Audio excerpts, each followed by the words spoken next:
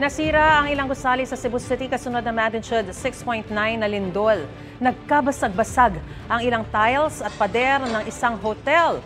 Dahan-dahan pinalabas ang mga bisita. Nasira rin ang bubong at pader ng isang malaking mall. Pinalabas din mula sa gusali ang BPO employees. Nagsasagawa pa ang city government na inspection sa integrity ng mga gusali kabilang ang ospital.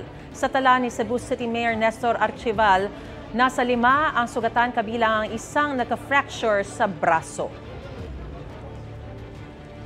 Kanina, walang ulan, di ba? Opo. So, ang decision natin with the doctors na ilabas natin because we expect na mayroong aftershocks. Aftershocks. Well, mayroon tayong mga tent pero hindi kasya. So, what we did, we decided with the doctors na dyan lang tayo sa first floor.